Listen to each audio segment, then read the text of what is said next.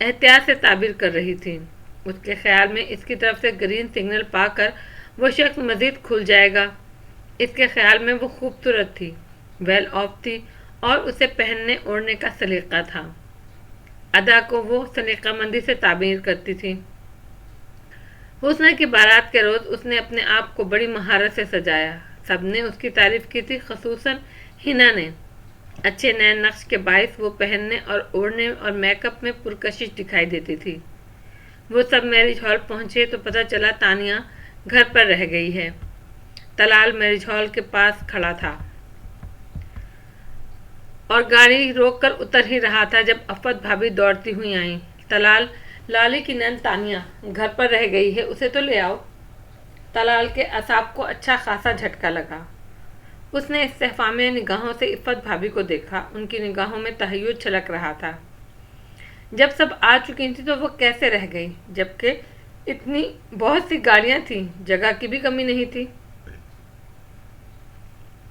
ہو سکتا ہے گاڑیاں روانہ ہوئی ہوں تو اسے پتہ نہ چلا ہو۔ افت بھابھی نے عذر پیش کرنا بہتر سمجھا۔ سسرال کا معاملہ تھا، احتیاط بھی ضروری تھی۔ طلال نے لب بھینچ لیے اور ڈرائیونگ سیٹ سنبھال لی۔ اس نے سوچا آج تو اس لڑکی کو سبق سکھا ہی دینا چاہیے۔ اس نے بڑے رش انداز میں گاڑی پارکنگ ایریا سے نکالی۔ سکندر ولا پہنچا تو وہ لان میں چہل قدمی کر رہی تھی۔ طلال کی گاڑی پورٹیکو میں روکتے دیکھ کر اس کے ہونٹوں کے تراش میں ایک فاتحانہ سی مسکراہٹ کی جھلک آئی۔ مجھے یقین تھا آپ ہی آئیں گے، وہ اس کے نزدیک آنے پر استحقاق بھرے انداز میں بولی اور مسرور سی مسکراہٹ اچھالی۔ دن بھر تو آپ ہنا کے ساتھ لگی ہوئی تھی، جب گاڑیاں روانہ ہوئیں تو آپ کہاں تھیں؟ وہ اس کی مسکراہٹ اور جملہ قطعی نظر انداز کرتے ہوئے گویا خود پر ضبط کرتے ہوئے بولا، شاید کسی کے خیال میں گم تھی، مجھے خبر ہی نہ ہوئی۔ وہ جواباً ایک کھنکتی ہنسی کے ساتھ معنی خیز سے انداز میں اسے دیکھتے ہوئے بولی۔ طلال رخ پھیر کر پورٹیکو کی طرف بڑھ گیا۔ وہ بھی بازوؤں کے گھیرے سے دوپٹہ نکال کر کاندھے پر بے نیازی سے ڈالتی اس کے ساتھ چلنے لگی۔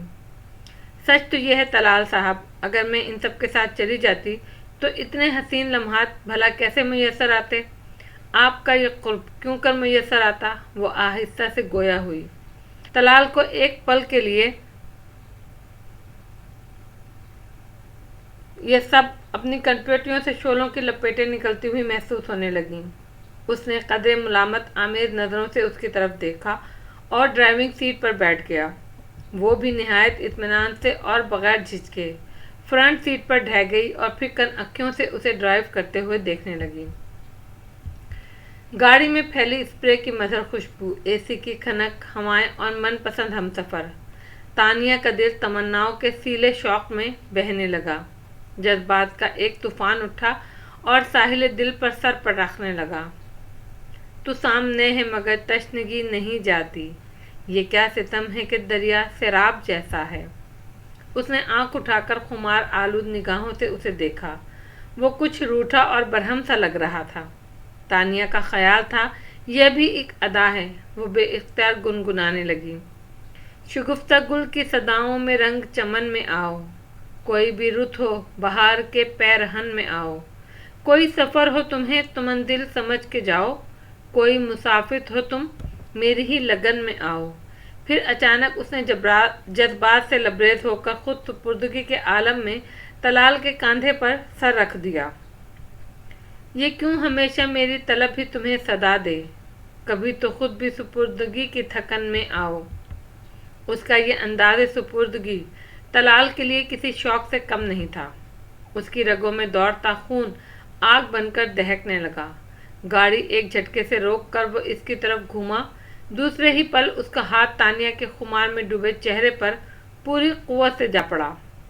یہ رد عمل بالکل اچانک اور تانیہ کے لیے قطعی غیر متوقع ثابت ہوا۔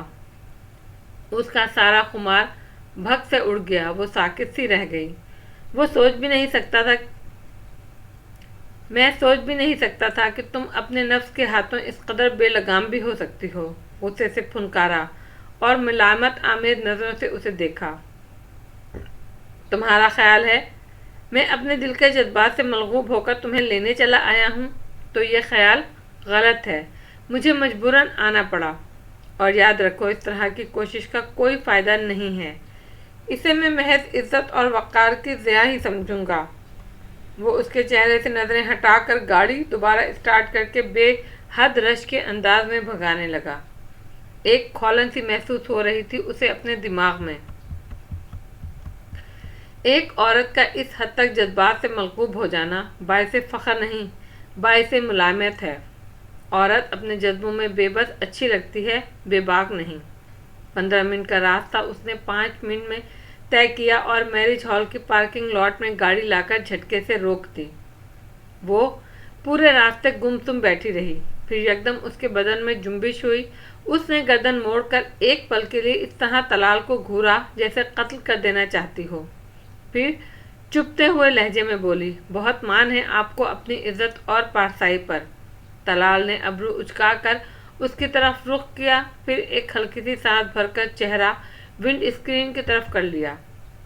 میں نے اپنی پارسائی کا دعویٰ نہیں کیا، مگر اس حد تک پستی میں اترنے کا قائل بھی نہیں ہوں۔ وہ اپنے اعصاب مکمل طور پر سنبھال چکا تھا۔ وہ زہریلے انداز میں ہنس پڑی، پھر طنز آمیز انداز میں سر ہلا کر گاڑی سے اتر گئی۔ دیکھ لیں گے ہم بھی کسی دن آپ کی پارسائی۔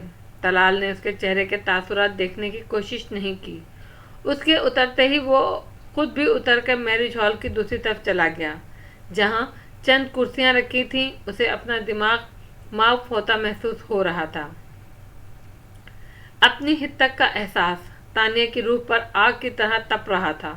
وہ زخم خوردہ ناگن بن گئی تھی۔ اس کے تصور اور گمان میں بھی نہیں تھا کہ طلال اس کے ساتھ اس قدر برا رویہ اختیار کرے گا۔ ایک اذیت میں وہ خود کو سلگتا محسوس کر رہی تھی، مگر بظاہر سارا وقت ہنس ہنس کر سب سے باتیں کرتی رہی۔ حسنہ کی رخصتی کے بعد وہ سائمہ آپا کے ہمراہ جان بوجھ کر سکندر ولا چلی آئی۔ طلال کا خیال تھا وہ سکندر ولا آتے ہی اپنی بےزتی پر واویلا مچائے گی، کوئی ہنگامہ کھڑا کرے گی، مگر ایسا کوئی تاثر اس کے چہرے پر نہیں تھا، جیسے کوئی ناخوشگوار واقعہ رونما ہوا ہی نہ ہو۔ اس نے بھی دل ہی دل میں تشکر کی سانس بھری۔ حسنہ کی جدائی نے سب کے دل اداس کر دیے تھے۔ ہنا نے تو رو رو کر آنکھیں سجا لیں۔ خرم بھی چپ چپ سا تھا۔ عادل گو کے اداس تھا، مگر سب کو گاہے بگاہے چھیڑ کر ہنسانے کی کوشش کر رہا تھا۔ نازش طلال کے لیے کچن میں دودھ گرم کرنے آئی تو تانیہ موقع پا کر جلدی سے اس کے پاس چلی آئی۔ ارے تم نے ابھی تک کپڑے بھی نہیں بدلے، جاؤ تم کپڑے بدل آؤ، میں گرم کر کے رکھتی ہوں دودھ۔ اس نے بے حد اپنائیت سے اس کے ہاتھ سے دودھ کا پاٹ تھام لیا جو نازش نے فریج سے نکالا تھا۔ ارے نہیں، تم آرام کرو، مہمان ہو ہماری، بس 2 منٹ کا تو کام ہے۔ دراصل طلال چاچو رات کا کھانا نہیں کھاتے، خاص کر ہیوی فوڈ تو وہ بالکل نہیں کھاتے۔ نازش نے اس کے ہاتھ سے پاٹ لینا چاہا۔ تانیہ نے سوچا تبھی ایسے فٹ اور اسمارٹ ہیں۔ اس نے طلال کو صبح سویرے لان کے ایک گوشے میں ورزش کرتے ہوئے بھی دیکھا تھا۔ ٹریک سوٹ میں اس کا دراز قد اور تراشیدہ جسم نمایاں ہو رہا تھا۔ چہرے کی خوبصورتی اور بدن کی خوبصورتی اس نے کم ہی یکجا دیکھی تھی۔ ایک بھیجی بھیجی سانس اس کے سینے کی تہہ سے نکل گئی۔ میں ہرگز مہمان نہیں ہوں، جاؤ تم کپڑے بدل لو، یہ 2 منٹ کا کام میں بھی کر سکتی ہوں۔ اس نے نازش کو اصرار کر کے کچن سے باہر بھیج دیا اور خود دودھ گرم کر کے گلاس میں ڈال کر طلال کے کمرے میں چلی آئی۔ وہ بہت ریلیکس انداز میں بیڈ پر لیٹا ہوا تھا۔ نازش یا ہنا ہی عموماً اسے دودھ دینے اس کے کمرے میں آتی تھی، مگر آنے سے پہلے وہ دونوں دروازے پر ہلکے سے نوک کیا کرتی تھیں اور اس کے یس کہنے پر اندر آتی تھیں، مگر تانیہ نے بے آواز اندر داخل ہو کر گداز قالین کے باعث اس کی آہٹ بھی محسوس نہ ہوئی۔ جب وہ اس کے سامنے آئی تو چھت سے لٹکتے فانوس کو تکتے تکتے یکدم ہڑبڑا کر وہ اٹھ بیٹھا۔ میں نے سوچا یہ فریضہ میں ادا کر کے دیکھوں، اگر آپ کی طبع نازک پر ناگوار نہ گزرے تو میں یہاں بیٹھ کر آپ سے چند باتیں کر لوں۔ وہ جھک کر دودھ کا گلاس اس کی طرف بڑھاتے ہوئے بولی۔ طلال کی نگاہ بے اختیار دروازے کی طرف گئی جو بند تھا۔ اس کے اعصاب کو جھٹکا لگا۔ یہ دروازہ آپ بند کیا ہے؟ وہ اس کی بات کو نظر انداز کرتا ہوا اپنی جگہ سے اٹھا۔ آپ کے دل میں کوئی چور تو نہیں ہے؟ پھر کیوں ڈر رہے ہیں آپ؟ وہ طنز سے ہنسی اور دودھ کا گلاس اس کی طرف بڑھاتے ہوئے ایک ٹھنڈی سانس کھینچی۔ یہ تو خالص دودھ ہے، میری محبت تو نہیں ہے جسے آپ لینے میں تعامل کر رہے ہیں۔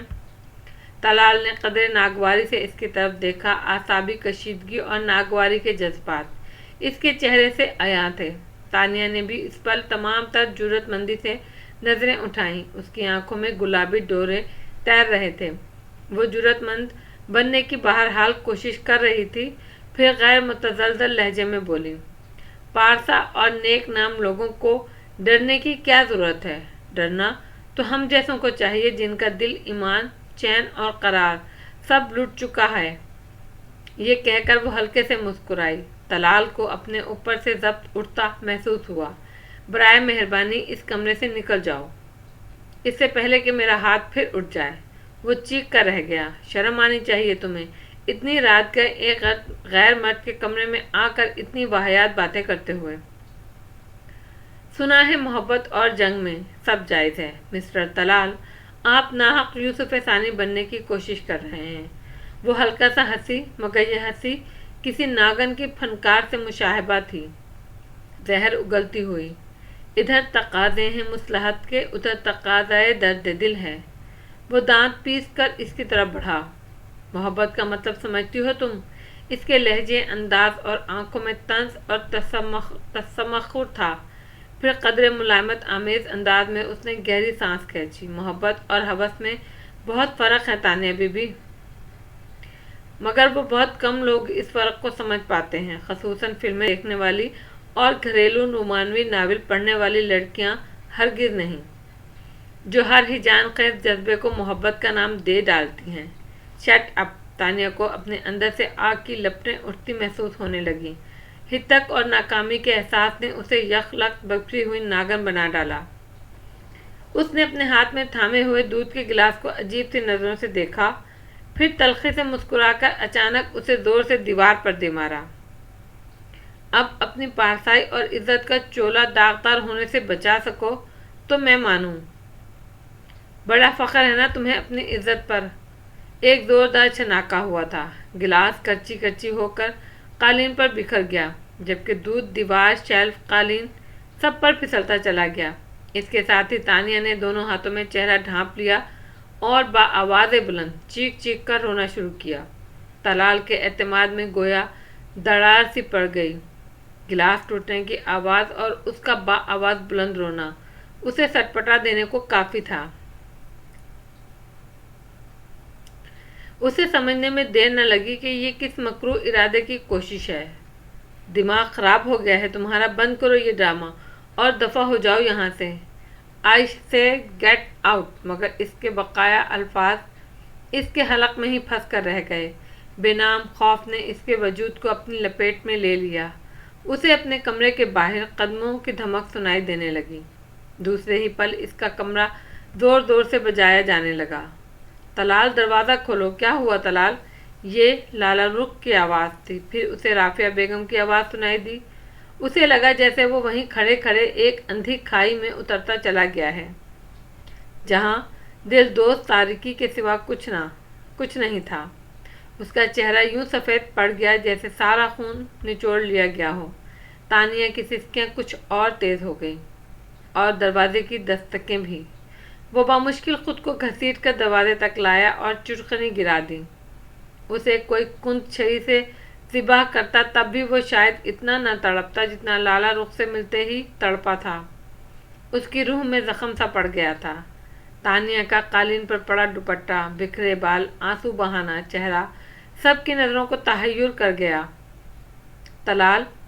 لالا رخ کو اپنے پیروں پر کھڑے رہنا بھاری ہو گیا۔ اس کی ایسی نگاہوں پر طلال کا دل چاہا کمرے کی چھت آنے واحد میں اس کے اوپر گرے یا زمین پھٹ جائے اور وہ اس میں سما جائے۔ اچانک لالا رخ کی بڑی نند سائمہ آپا چلی آئیں اور دیکھتے ہی دیکھتے سب جمع ہو گئے۔